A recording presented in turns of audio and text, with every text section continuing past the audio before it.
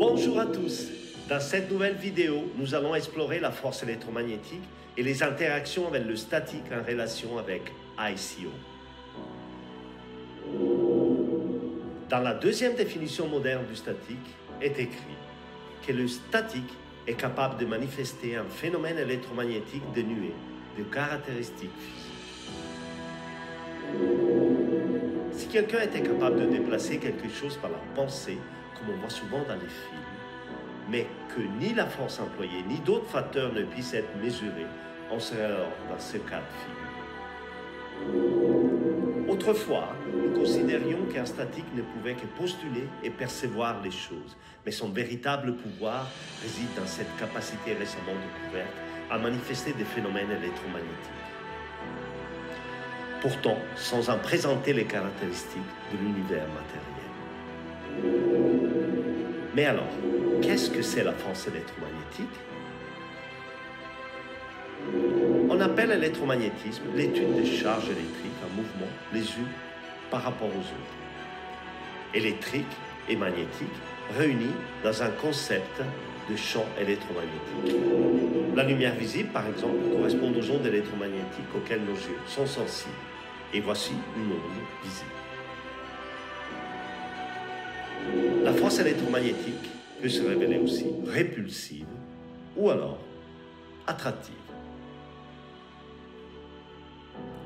Ces manifestations sont donc nombreuses et elle est responsable de la plupart des phénomènes de la vie courante. Les ondes électromagnétiques sont une conséquence des vibrations produites entre le champ magnétique et électrique.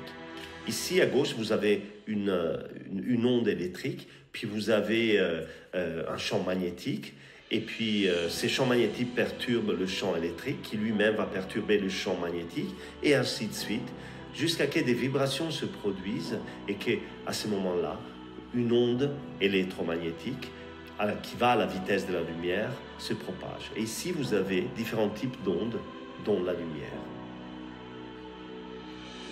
Maintenant que nous comprenons le mécanisme et la dynamique impliquée, nous pouvons voir comment le statique joue avec ses forces dans le cadre d'un flow, convert outflow. Mais avant de continuer, il est important de comprendre ce qu'est un TPS, pensée par seconde, ou un PPS, postulat par seconde.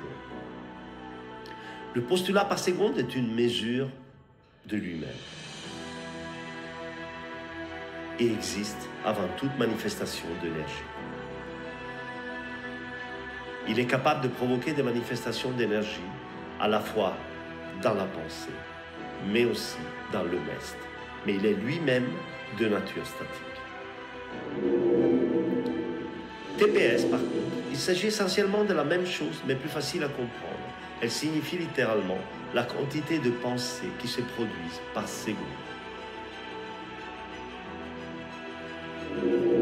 Quand vous faites un mini-assessment pour trouver le postulat ou pensée par seconde, vous ne faites rien d'autre que rechercher les oscillations et les vibrations du champ électromagnétique de votre item, de ce que vous avez déterminé comme quelque chose à faire ou obtenir dans l'univers physique.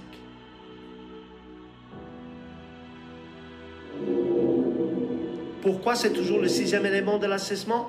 On ne l'indique pas, mais nous pouvons supposer qu'il s'agit d'une implication avérée ou qu'il est lié à la force de gravitation dont le nombre 6 c'est une harmonie. Qui sait? Ce que vous êtes en train de faire, c'est rechercher des vibrations et des oscillations dans les champs électromagnétiques de votre item.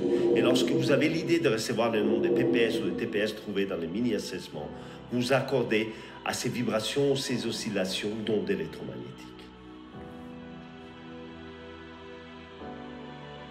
D'une certaine manière, vous vous accordez à ces oscillations et les transformez. Dans la formulation originale, du début, ce que vous avez décidé de faire ou d'obtenir, votre item, votre postulat. Les PPS ou TPS entrent en résonance et sont transformés dans le souhait de votre postulat. Ensuite, vous les renvoyez dans l'univers qui vous entoure.